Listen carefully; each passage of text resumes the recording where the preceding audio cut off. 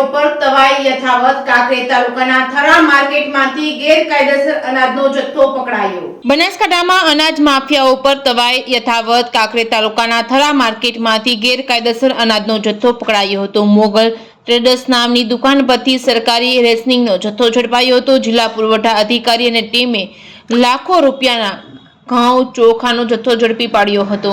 દુકાનદાર ફરાર થઈ જતા અધિકારીઓએ મજૂર બોલાવી ગાડીમાં જથ્થો ભરાવવા માટે કામગીરી હાથ ધરી હતી। Reporting by Bharat Thakkar Deesa.